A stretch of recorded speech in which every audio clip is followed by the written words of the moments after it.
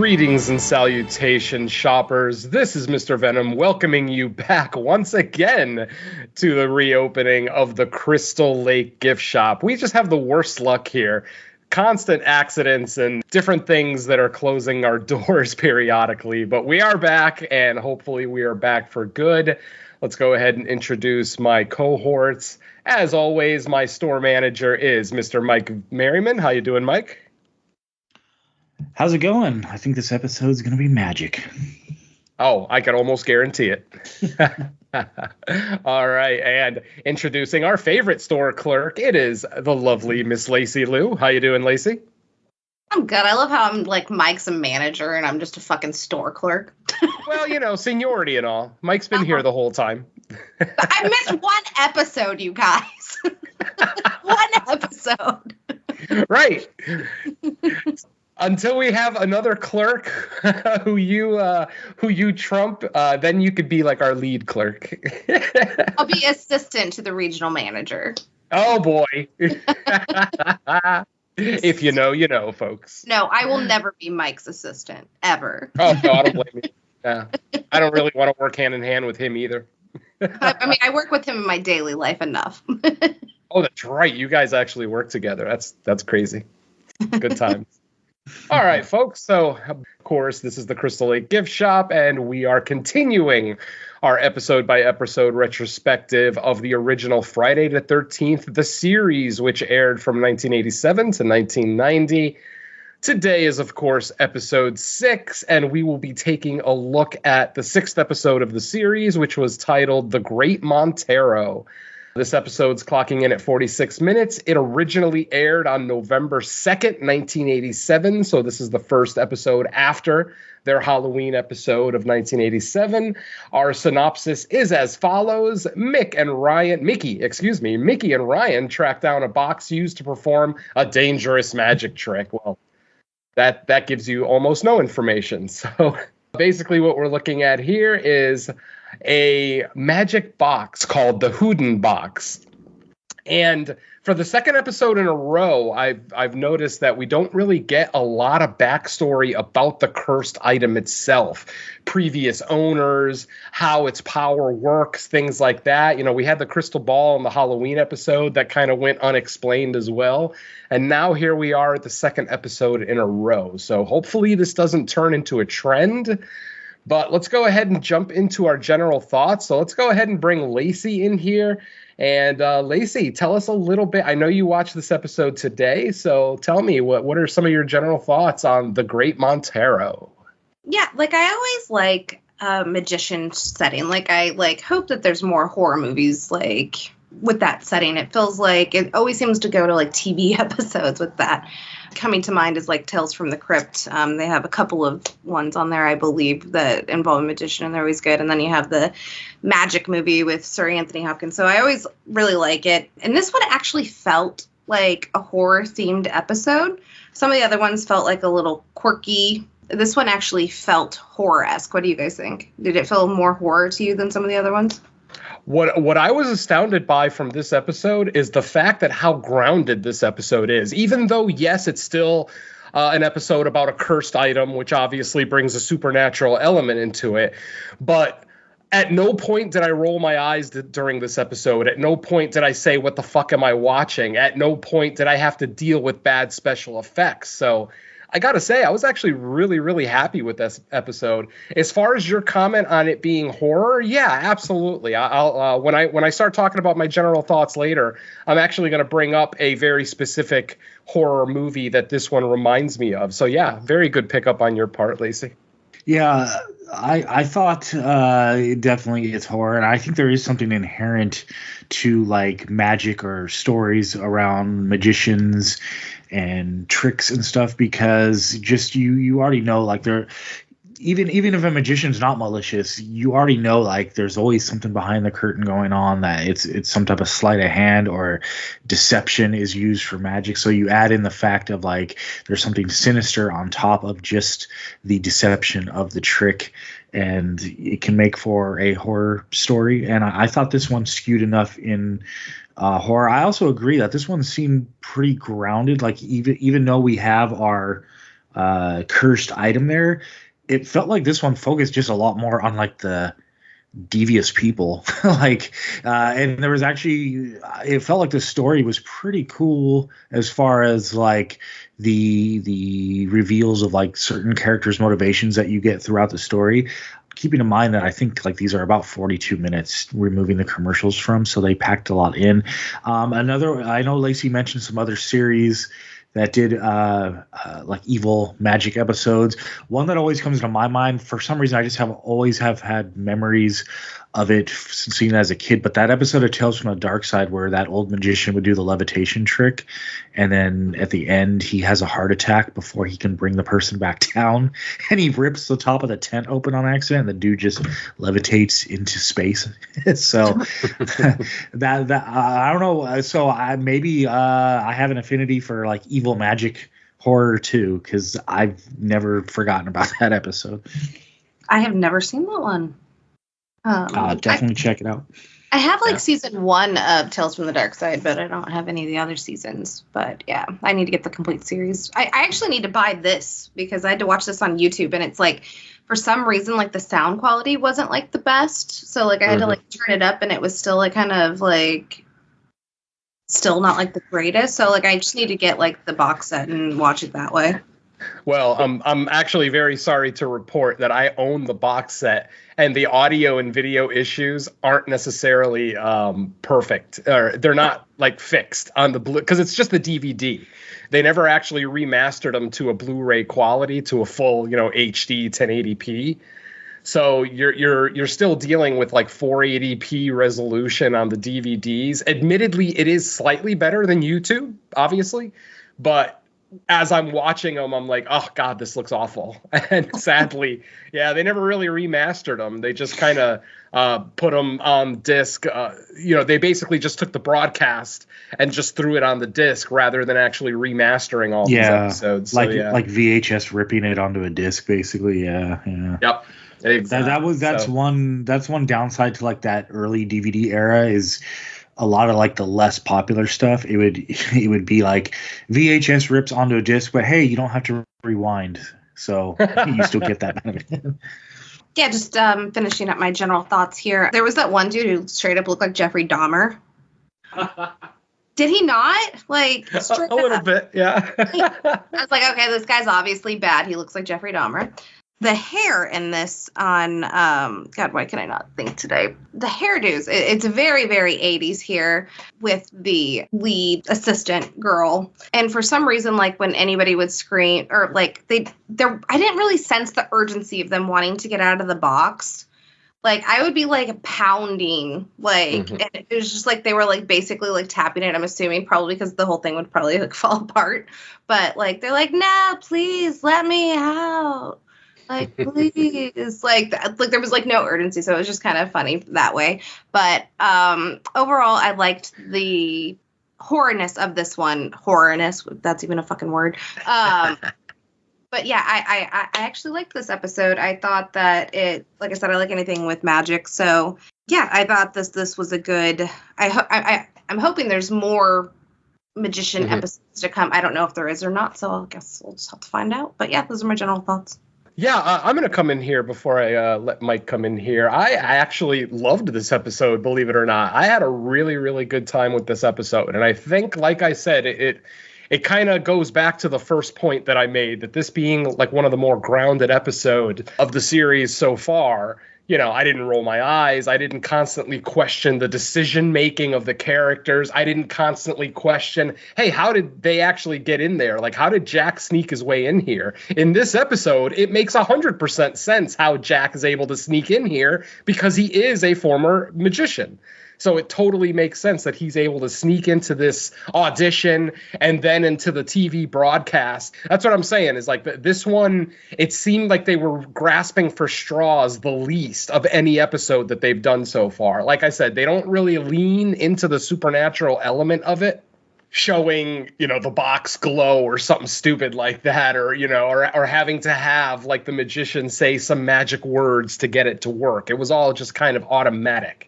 And I kind of appreciated that. Now, Earlier, I mentioned that this episode reminds me greatly of a very specific movie, a couple of movies, actually, an original and a remake.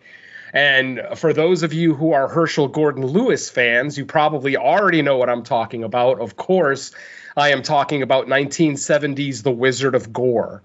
Now, The Wizard of Gore doesn't have the exact same premise that we have here, but it kind of is similar in the sense that we have a magician, the Great Montag, if I remember correctly, and he's basically bringing female volunteers up on stage, and he's performing the most fucked up tricks on them. Like, at one point, he's got like an industrial press on the stage, and it actually presses through a woman's torso. But then Montag would say some kind of magic words, and poof, all the injuries would disappear, and the volunteer would be fine. But then later that evening, the volunteer would end up dying of the injuries that they sustained on stage. So basically the injuries would disappear so that they could walk off stage, and then the Great Montag himself would never be accused of murder. The great thing about that movie is, of course, it's Herschel Gordon Lewis. He is the godfather of gore, so it's an incredibly gory movie. I mean, the tricks that these guys, that the Great Montag is doing to these women are incredibly gory, very visceral, fleshy, everything. It's Herschel Gordon Lewis at his best.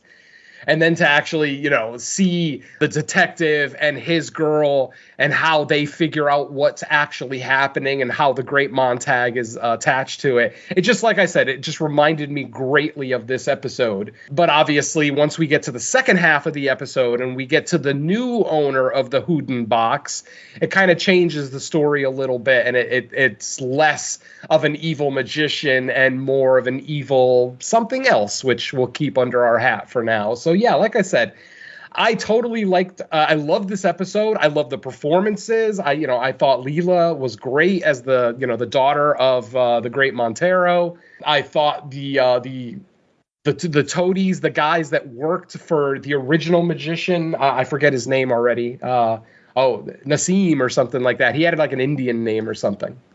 I've got it in my notes, which I'll go over here in a little bit when we go through our walkthrough. But yeah, just all the performances felt, again, very organic. Nobody was hamming it up. Even Mickey and Ryan in this episode were somewhat tolerable. They weren't like the bickering cousins who are always at each other's throat. They actually seemed to be mildly helpful. Obviously, we get the terrible joke at the end that kind of returns the dynamic of the two cousins who kind of are kind of at odds with each other. But for whatever it's worth, this has been one of my favorite episodes. I got to say, The Inheritance is still probably my favorite episode, the very first episode of the series, just because it kind of lays the groundwork for everything that we're going to get moving forward.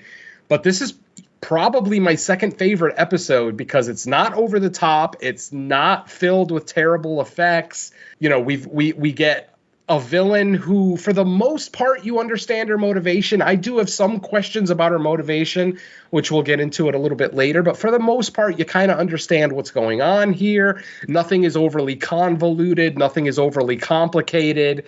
It's just a fairly simple story with some decent performances, organic characters. I mean, just overall, it's, I'm not going to sit here and say that it's a 10 out of 10 spectacular episode. No, not at all.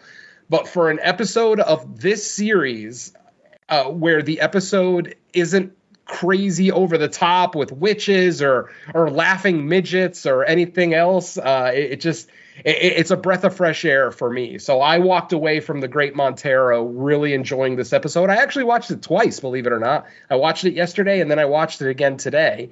And yeah, I actually genuinely enjoyed it. So I'll leave my general thoughts at that until we get to our walkthrough in a little bit. But let's go ahead and bring Mike in here. Mike, tell me what you thought of the Great Montarro. Yeah, so I spoke a little briefly already about my thoughts, but it's mostly echoing what you guys have already said. I thought the episode was pretty good with the story. I think that a lot of times when you get series like this, they really emphasize the cursed object because that's the best thing the episode might have going for it. But in this case, I actually liked kind of like the way the mystery of like what's behind what's going on turned out. And if you think about it, like the villain in this one, once that gets revealed, could have almost pulled this off in some ways. outside of like a magic mystery item anyway, just with proper planning. So it was kind of cool to see that like it almost unfolded like the way a movie would, like a whodunit, and we're kind of giving some red herrings. One specifically, I'm sure we'll get into that. Like it feels like the episode's leaning towards, and then that kind of gets dispelled at a certain point. But overall, yeah, mostly what's already been said. Just the fact that it has a magic and magician theme to it gave it points right away. And then on top of that, yeah, I just thought the writing was cool. The characters were interesting. And I think an interesting thing to do, because it's so far between a lot of times when we actually record episodes, but if we ever get like a more frequent pace, it'll be cool to kind of look at every episode of how they write in Jack being like an expert in like whatever the hell they got to go investigate. Like, oh, I can get myself into a monastery. Oh, now I can get into this magician's place. Like he always has something to like get him right in the thick of things. This one, like Venom, I believe Venom said it makes sense because they wrote him with a past of doing magic, so it kind of made sense when we got the scene with him showing how to get out of the straitjacket. But it feels like every episode, it's like there's something in my past that makes me an expert at this specific thing. So I always kind of get a chuckle out of that. But overall, strong episode, and makes me want to like record the next one like sooner than later. Hopefully, we don't have as big a gap. Yeah, let's hope there's no more accidents in the store that make us close doors for like a month or two. But yeah, I actually forgot to mention something during my general thoughts. I mentioned two movies that this episode reminds me of. What I meant was both Wizard of Gore movies. There is the original 1970 Wizard of Gore done by Herschel Gordon Lewis. And then there is the remake from 2007 starring Crispin Glover and Bijou Phillips, which obviously is not nearly as good. It's not going to be nearly as gory, but it's still, I remember watching it and thinking it was okay, whereas I absolutely love the original Wizard of Gore. I actually own it. I have the Herschel Gordon Lewis box set. And that's one of the movies on there, so which makes me very happy because The Wizard of Gore is definitely a guilty pleasure. If you like watching women die in the worst possible ways, then The Wizard of Gore is for you, my friends. I was about to say I've never seen this, so I'm going to put them on my list. And then you said if you want to watch women die in the most imaginable ways, well, maybe that's not the best time to chime that in. Well, like I said, if you're familiar with Herschel Gordon Lewis, I mean, he's done stuff like Blood Feast and 2000 Maniacs, Color Me Blood Red, movies like that. His movies are very gory, incredibly gory. And the only one I've seen is 2001 Maniacs. Well, 2001 Maniacs is the sequel to 2000 Maniacs, which is the Herschel Gordon Lewis movie. So if you're thinking of the one with Robert Englund, that's 2001 Maniacs. That's the remake. Excuse me, not the remake, the sequel. That's actually a direct sequel. A sequel? I mean, there's a movie before it? Oh, yeah, 2000 Maniacs from 1968, I believe. Herschel Gordon Lewis. How did I not know this? Yeah, oh, yeah. Oh, and it's, I mean, I don't want to say it's gorier than 2001 Maniacs because 2001 is pretty gory, but considering the movie came out in 68, it's pretty goddamn gory. Like there's some pretty gnarly gags in there for how they kill some of the, the Yanks that come into that southern town. But yeah, anyway, back to Friday the 13th, the series. So yeah, Great Montarro. Like I said, reminds me very much of The Wizard of Gore, just in its presentation. If this were a feature-length film, I would imagine it would probably be pretty gory, showing us the aftermath of the people trapped inside the Houdin box. But yeah, let's go ahead and get into it. This is, like I said earlier, this isn't the most complicated story. This should be a fairly quick walkthrough. Our episode opens with Fatim the Magnificent. That's the name of the original magician. And he is performing a death-defying trick that he calls the Cabinet of Doom. And what the Cabinet of Doom is, it's basically a coffin propped upright, and it's rigged with 9 steel swords on like a mechanism that drops down on the coffin part of it. So basically anyone inside of the coffin, if the lever is pulled, those 9 swords will basically impale them. But obviously Fatim the Magnificent has figured out a way to be in the box, have the swords impale him, but somehow he gets out of the box unharmed and very much alive, obviously. And how does he do that? Well, there's no waiting, my friends. We get the answer right away.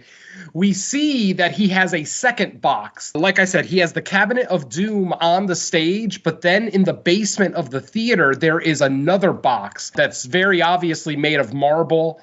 And inside of that box is a woman that we see Fatim drug in the opening scene of the episode. So basically what's happening is Fatim the Magnificent gets to be in the box, but as long as there is another human victim inside of the Houdin box, they get the damage. So basically the damage that Fatim should be getting from these swords is being transferred to the victim inside the Houdin box. And that's basically all we really learn about the Houdin box. After we see the trick performed and we see the girl, we don't actually get to see her necessarily get impaled because there's no swords. Like I said, she's inside of a marble box. It's just the damage is transferred. So basically we see her in the box screaming. And then when Fatim's assistant Robert pulls the lever and the swords come down, we hear the girl scream inside the Houdin box, and then we see blood coming out the bottom. Later on in the episode, we are at Curious Goods, and we see that Jack finds a news article about Fatim and his death. And apparently, Jack used to be a magician. He actually used to be like a touring magician that did shows and actually was part of the Magicians Guild, which is why he was familiar with Fatim. And it actually turned out that they were maybe not friends, but at least acquaintances. They were aware of each other. Then they find out what the real name of the person is. Harvey Ringwald. They find out that Fatim the Magnificent's real name is Harvey Ringwald from Brooklyn, New York, which is kind of funny because he definitely plays himself off as like a kind of like a Middle Eastern guru type musician. Magician, not musician, magician type. But it turns out, yeah, Harvey Ringwald. When they say the name out loud, or should I say when Jack says the name out loud, Mickey and Ryan both instantly are like, wait a minute, that name sounds familiar. And Jack agrees with them that, yeah, the name does sound familiar. So they go to the manifest, of course, our famous manifest, and lo and behold, they find the name of Harvey Ringwald, and he has purchased what is called the Houdin box. The Houdin box, and the only explanation we get to this box is that it was named after the French magician who created the box. Obviously, when it's called the Houdin box, I thought Houdini was going to be attached to it, but nope, it's another magician. It has nothing to do with Houdini. But like I said, that's all the backstory we get on this box, unfortunately. Mickey and Ryan Mickey and Ryan start to look for Robert. Robert was Fatim's assistant. He's the one that always pulled the lever on stage. Because basically what happened is, and I kind of glossed over Fatim's death. Basically, we see a scene where after one of Fatim's shows, we see a mysterious figure dressed in black stalking Fatim just as he's kind of putting the Cabinet of Doom away. We see the person pull the handle. Fatim just happens to be right in front of the box, so the swords come down, of course, killing him. So it is very solidly murder. It is not an accident that kills the great Fatim. Now, Mickey and Ryan are trying to find out what happened to the box, and as it turns out, after they go and find Robert, Fatim's assistant, they find out that all of Fatim's items have been sold in auction, and they have no idea who got what. Robert obviously is acting very skittish. He obviously knows something that he's not telling them. So what is it? Is Robert the murderer? Because that's another thing I like about this episode. A lot of red herrings in this episode, and good ones too. Robert is the very obvious choice to be the murderer to start. But then eventually something happens that kind of changes that narrative. But we'll get to that here in a little bit. After talking to Robert, Mickey and Ryan find out that Robert did not get along with with Fatim the Magnificent, that he was just kind of Fatim's toady, even though Robert saw himself as the better magician between the two.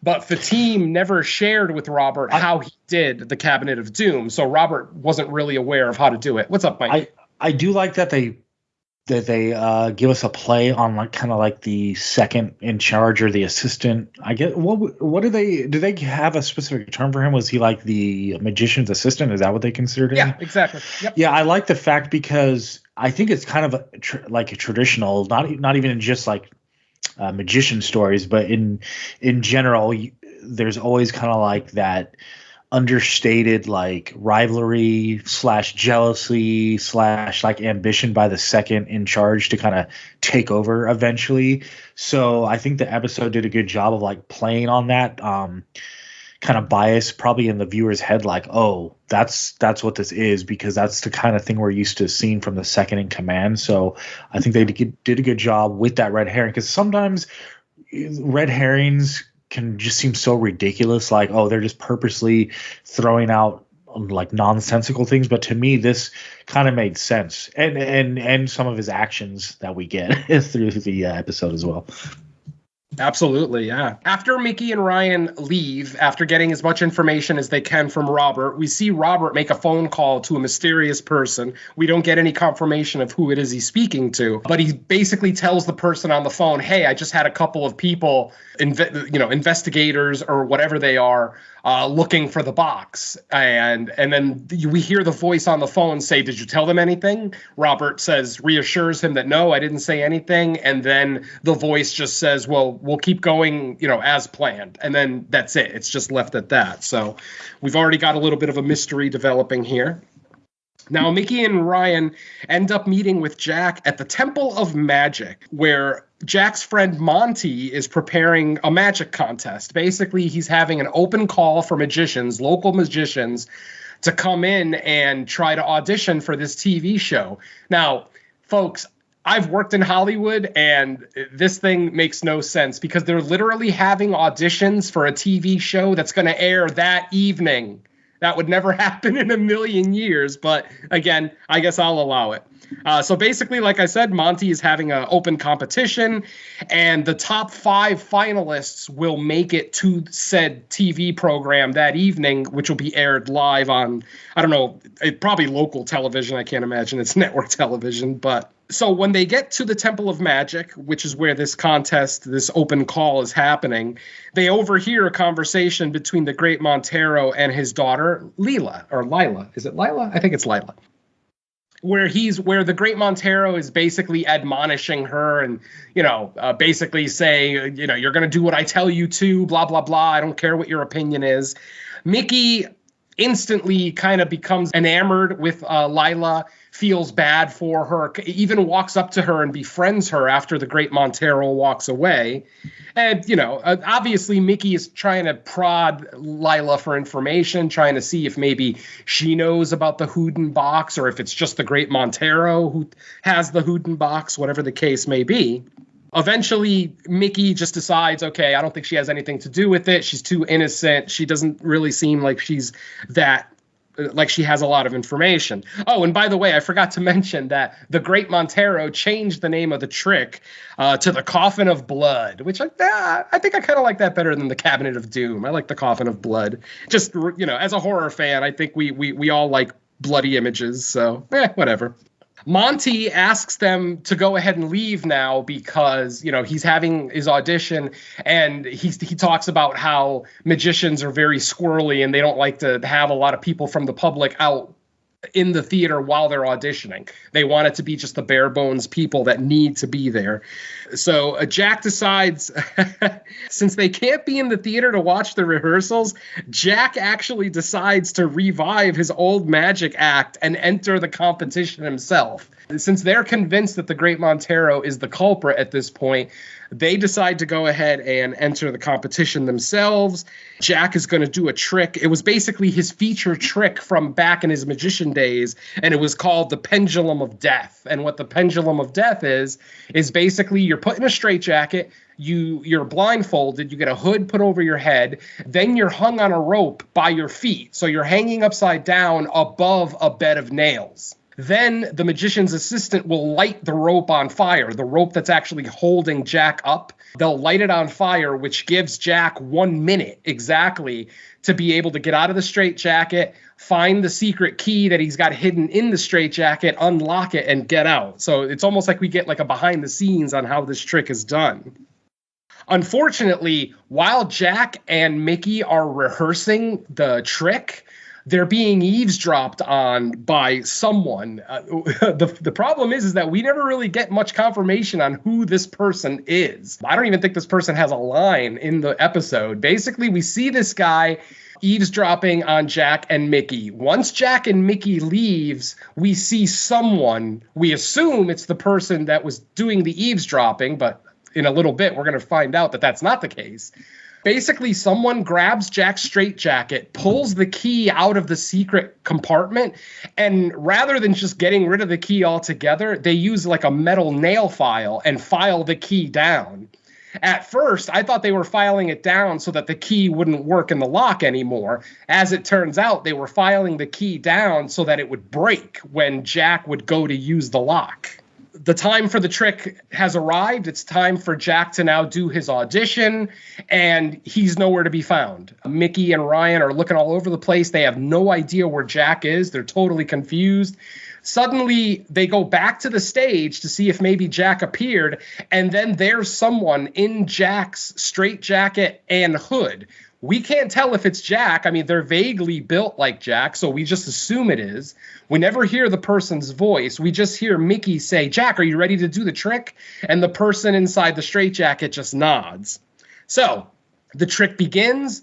Mickey lights the rope starts to burn. We see the person in the straitjacket try to get the key out of the secret compartment, which they do. But then when they go to unlock the lock, the master lock that's locking their straitjacket closed, the key breaks.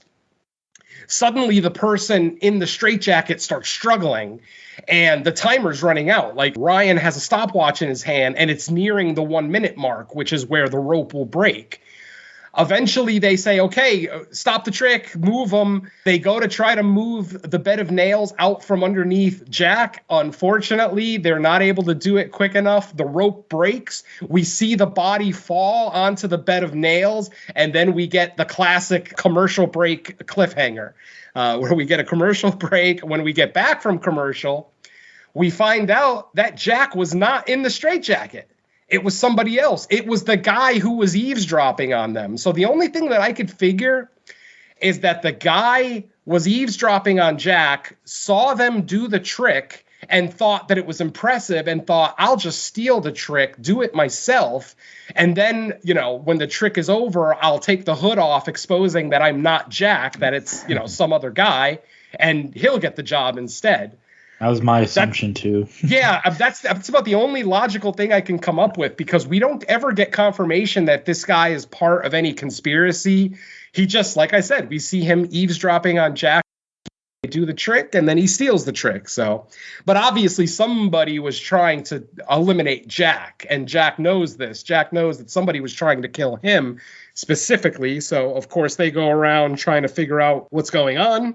I like how Jack is like all dramatic too. He's like, somebody's trying to kill me. Yeah. Like, why would anybody want to kill you, Jack? Like, it's very dramatic. I love it. Yeah, exactly. All right, so after Jack comes back from the backstage and looks surprised with the hubbub that's going on, Ryan pulls off the dead man's hood and discovers that it's actually Tommy, who is just, some random character, like I said, who was eavesdropping on them earlier. Jack realizes that someone is trying to kill him, blah, blah, blah. Obviously, the audition, obviously someone died during their trick, so it's not like Jack actually was able to successfully get the audition. So now it's evening, it's later that evening, and it's time for the show. And it's basically 30 minutes before the Great Montarro is set to go on stage. Mickey and Ryan know that something bad is going to happen. At this point, they don't actually know that someone dies. Like, they don't know how the Houdin box works. They just know that it's cursed and that something bad is going to happen if the Great Montarro performs the trick. So about 30 minutes before it's time for Montarro to go on stage to perform the trick, Mickey goes looking for Lila, the Great Montarro's daughter, to basically, plead with her one more time. Do you know anything about his trick? Do you know how he does it? Do you know if there's another box that's connected to this that potentially, he could be storing somewhere else? But Lila, of course, plays dumb, doesn't really know what she's talking about. But then she does say, oh, wait, there is a box downstairs that my father brought in. I wasn't sure what it was for, but I did see him bring it in. I didn't think it was part of the trick. I thought, maybe it was a backup trick or something. So Mickey asks Lila if she could show it to her. They go down to the basement of this theater that they're at, and they pull the covering off it, and there it is. It's the Houdon box. It's got a crystal on top, and it's basically all marble, which means this thing is heavy as shit. I don't know who the hell's moving this thing. That's a marble box big enough to hold at least 2 human beings in it. So, yeah, I think the logistics of moving that thing must be insane. So anyway, they open the box, and in Mickey's infinite fucking wisdom, she just decides to walk into the box. And just as she's about to say, oh my God, there's blood in here, Lila closes the door behind her. Yes, my friends, we get the reveal that Lila is not only part of this conspiracy, she is the mastermind in the sense that she's the only one who even knows what's happening. As it turns out, the Great Montarro himself has no idea what's going on. All he knows is that Fatim, the Magnificent, did this trick for years, and now his daughter acquired the trick for him, and now he thinks that he's going to be able to do his version of the Cabinet of Doom. But it's actually the daughter. And this is where I get a little tiny bit confused about this, because it almost doesn't make sense that the daughter would do this. Like, why would she set up her father to do this? Like, because she's just an assistant, so, and she obviously doesn't like her father very much, because he's basically forced her to be his assistant since she was 16 years old, according to her. She's been on the road since she was 16 against her will, and that she doesn't even like magic or give a shit about it. But yeah, for some reason, she somehow figures out how Fatim is doing this trick, and it turns out that she is the one. Now, I did kind of gloss over one scene where a guy that Robert was working with, basically the mysterious man on the phone from earlier, he shows up to discover that Jack and Ryan find Robert's dead body hanging on a rope. It looks like he committed suicide, but obviously, as the viewer, it's not suicide. Someone's obviously trying to silence all these people who knew about the Houdin box. And obviously, like I said, we have our reveal that it's now Lila. Lila's basically the one who's taking all these people out. How the hell she was able to get Robert up on a rope is beyond me to make it look like he committed suicide. I mean, because she looks like just a twerpy little blonde girl. Like, it doesn't look like she's any particular strength or anything. But again, I'll allow it. Suspension of disbelief, blah, blah, blah. After Mickey is trapped in the box, we see the Great Montarro and Lila go up on stage to perform the trick.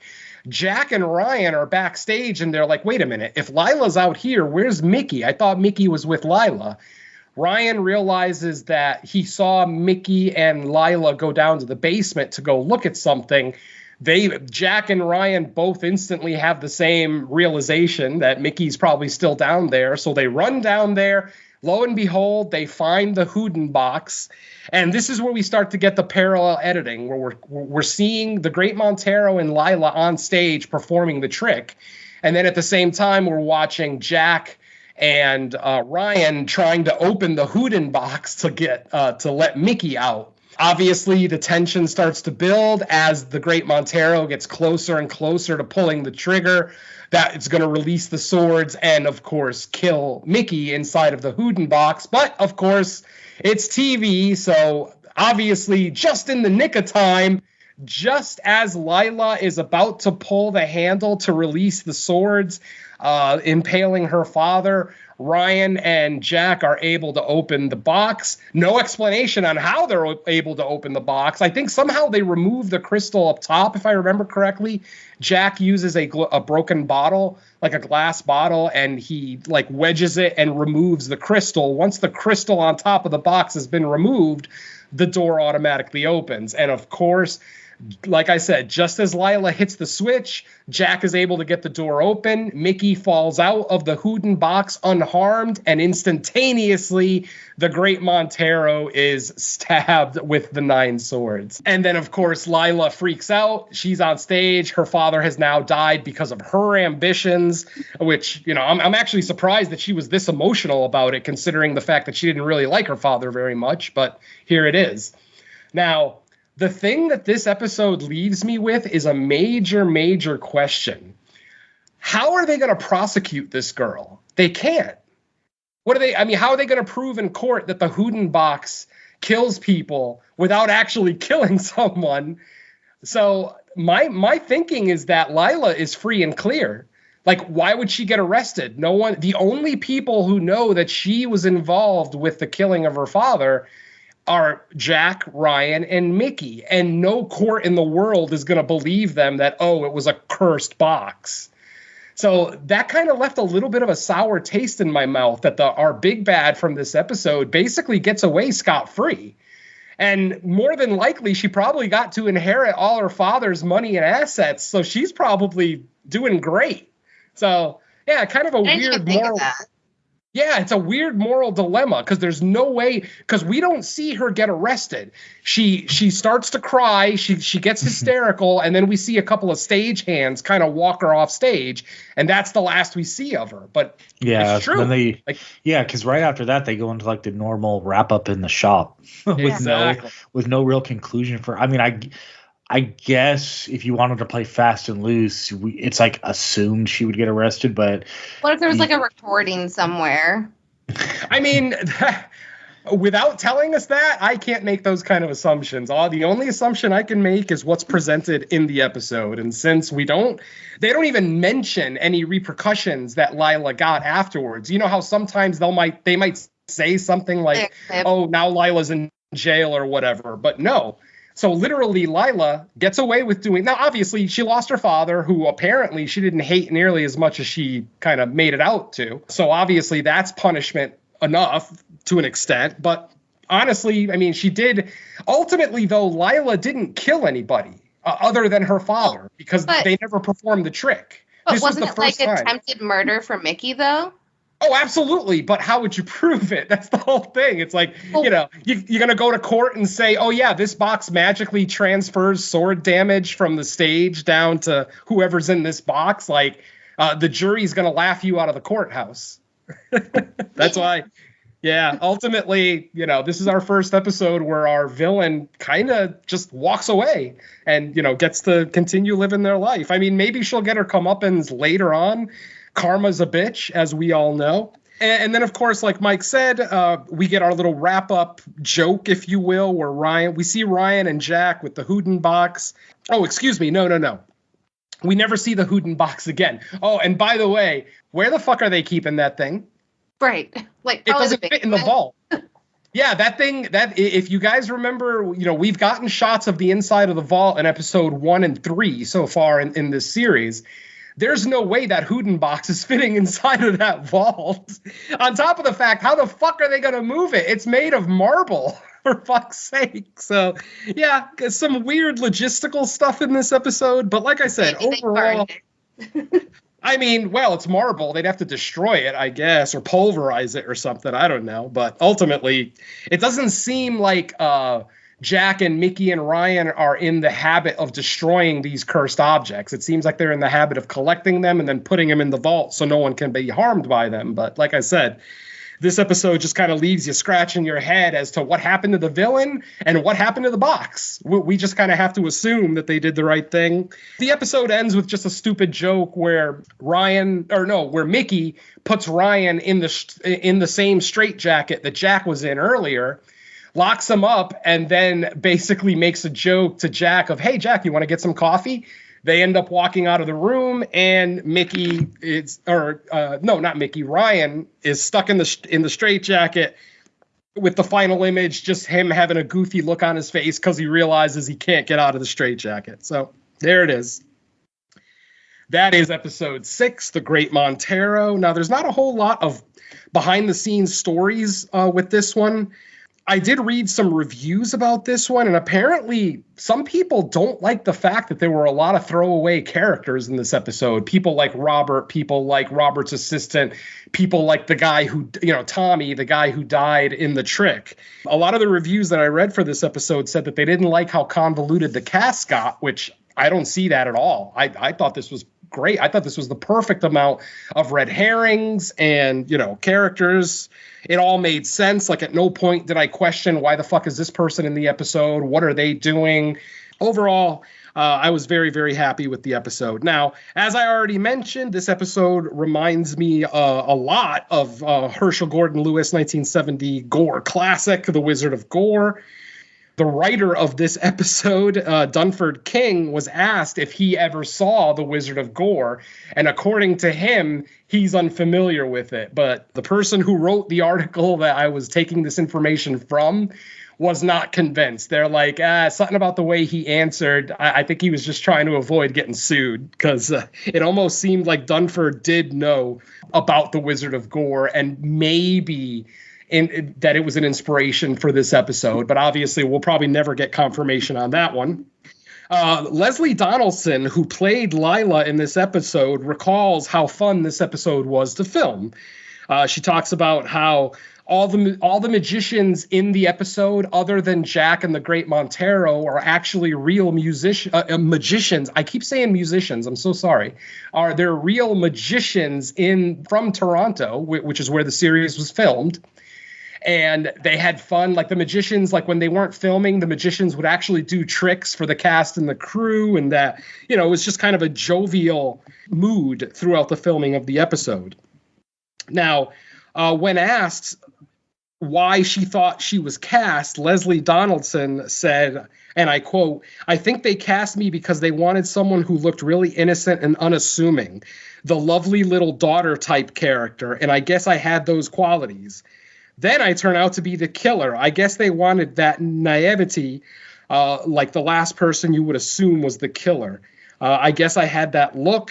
It was a challenge to act it, especially the last part, because it goes, completely against my personality. I'm not an evil person."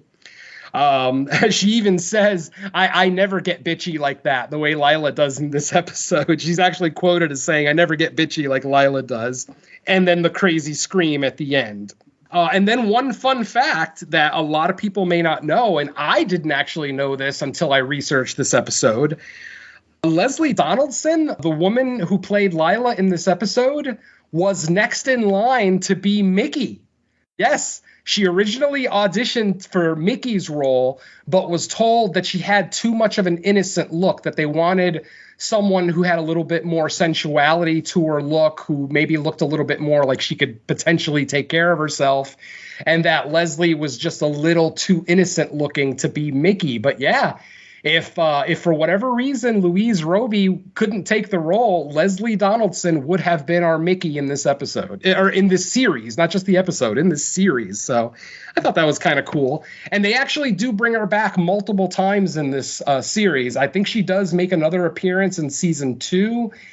And if I remember correctly, I think she even makes another appearance in season 3. Not as the same character, mind you, as a different character in different episodes, but apparently the producers of Friday the 13th, the series, liked her enough that they wanted to bring her back multiple times. So we will see her, later on in future episodes. And there you go, my friends. That is The Great Montarro, Friday the 13th, the series, episode 6. As I said, I just really, really enjoyed this episode, potentially my second favorite episode of the series. And I'm really, really hoping that they might kind of go this same route more, where it's less special effects. I still want the explanation of the cursed item. Like I said earlier, this is the second episode in a row now where we don't get any explanation, no lineage, no history, no backstory. and that's a little disappointing for me. Like, I want to know more. I want to know like who made it, how they made it. Did they make a deal with a demon or something crazy like that? Like, to leave it ambiguous. I understand it's a series and you have a limited amount of time, but I really hope that this doesn't become the norm where we don't get explanations and we don't visit the vault either. We haven't been to the vault in 3 episodes now, which is also a little disappointing. Like, I kind of like the formula of seeing them get the item and then taking it back into the vault and putting it on the shelf, because then we can also see items from previous episodes and maybe even items from future episodes that we haven't seen yet. So hopefully the vault returns as well. And that's pretty much it for me. Let's go ahead and bring Lacy back in one more time. And Lacy, any closing thoughts on the Great Montarro? Yeah, like I said, in my general thoughts, I really liked this one because it had like the horror element to it. Like, I think this is like the bloodiest one that we've seen so far, is it not? And maybe the highest body count? Off the top of my head, I'm not sure. You might be right. I do remember episode 1 having a decent little amount of blood with the evil doll. But no, you're probably right. This is probably up to now the bloodier episode, because we get actually 2 good bloody scenes of blood dripping onto the hardwood. So yeah, I guess I'd agree with that. Yeah. And then just to piggyback off of the Leslie Donaldson thing, like, I knew she looked familiar. I couldn't place it. But once you mentioned her name, I was like, yes, happy birthday to me. So, and also curtains. So, yes, definitely horror 80s royalty, in my opinion. So, yeah, this was a really fun episode. Yeah, it, like, as you guys said, it was definitely more contained. The box, I mean, it didn't really move too much, besides when the knives were coming out. So, like, I liked that it was, like, centered in kind of one place. And I liked the competition aspect of it. Anytime, you have a competition in, like, a horror show, it's they're gonna take out contestants. So, like, I always think that's a fun premise. So, yeah, I dug this one. Absolutely. Awesome. All right, Mike, come on in here. Give me your closing thoughts on the Great Montarro. I am hoping that future episodes continue to kind of deliver on the story. I agree. The cursed item, we want a good cursed item, but the special effects are going to lag in a show like this just due to budgetary constraints. So I'd rather get the cursed item, like, introduced, some backstory on it, but then really focus on kind of like the nature of, like, people being bad, because really that's what's going to make the episode strong, the characters and the story. And that's where I think this episode goes right. So let's hope for more of that. Absolutely. Big time. All right, folks. Well, that's it for episode 6. Let's go ahead around the horn and see where else we can be heard. So I'll go ahead and start with Lacy. Lacy, what's the latest stuff that people can hear you on? Well, there's one more Chasemas episode coming out. I know we were supposed to record with a bunch of people. We only recorded 3 episodes this season, but we did record a shit ton of episodes for Halloween. But we are planning on coming back. There's one more Chasemas episode coming out where you can hear us talk about Chad Michael Murray stripping in The Merry Gentleman, if that's your thing. We also had Mr. Venom on there where we talked about the Christmas episode, all through the house. We are going to be recording our top 10 of 2024 this coming week. And then for Slumber Party Massacre, we are going to be doing our best and worst, which is recording in 2 weeks of 2024. And then the last 20 will be making its triumphant return with talking about the last 20 minutes of The Substance coming up soon. So, and obviously Full House commentaries will be coming back as well. So, yeah, on the Country Christmas Network. Are you into the second season of Full House yet, Walnut? I am. Nice. I'm thinking like episode 6. Funny, because we're on episode 6 here. Awesome. All right. Well, Mike, while you're on the mic, why don't you go ahead and let people know where they can hear you? And that pun was not intended either, so shut up. All right. So the latest out is our top 10 show for 2000. I was supposed to say 2004. No, that'd be 20 years ago. 2024. Top 10 horrors, fresh cuts. That was Actually, the official post was today. It's been on YouTube for a few days, but now it's available in all the places. And then the only other thing I got is the latest episode of the main show has been out for, I think, about a week or two. Episode 63, which were Derek's picks. Crazy Japanese movies, which is not a surprise from Derek. So if you're into the bizarre from Japan, definitely check out that episode. Definitely. And then as far as I go, the only other thing that I have that hasn't already been discussed is Creature Comforts. Our latest episode of Creature Comforts was our December episode where we did our Christmas creature feature, The Christmas Tree. The Killing Tree, excuse me, not The Christmas Tree. The Killing Tree is the name of that movie. That's from 2022. So definitely one of the newer movies that we've done on Creature Comforts. And then our January episode, as this is a new year, we're actually going to go ahead and do something we've never done before, and we're going to review an animated feature. Yes. Not only are we going to do an animated creature feature, we're getting into the Batman universe. Our next episode of Creature Comforts for January will cover the doom that came to Gotham. If anyone has seen that, that is the animated Batman feature that takes place in the Lovecraft universe. So there are Lovecraftian monsters throughout the movie, though it is an animated movie. So yeah, like I said, something new for us on Creature Comforts. Very, very excited for that one. Plus, I am a big Batman fan, so it makes me happy. Not my pick. I believe this was Derek's pick this time, and he'd been wanting to do an animated feature for a while, but, you know, because the show is still kind of new, you know, we're only on episode, 33 now. I kind of put it off, but I can't really put it off anymore. And as it is January and it is a new year, it made sense to go ahead and do something that we've never done. So look out for that episode later in January. And that's pretty much it for me. Obviously, everything that Mike has already mentioned, the main show, fresh cuts. All that's left to do is to say goodbye. My friends, the shop is closed. So on behalf of Lacy Lou and Mike Maryman, I am Mr. Venom, thanking you all so much for joining us on episode 6 of the Crystal Lake Gift Shop. And all that's left to do is to say goodbye. So go ahead, folks. See ya. See ya next time, everyone. Mwahaha.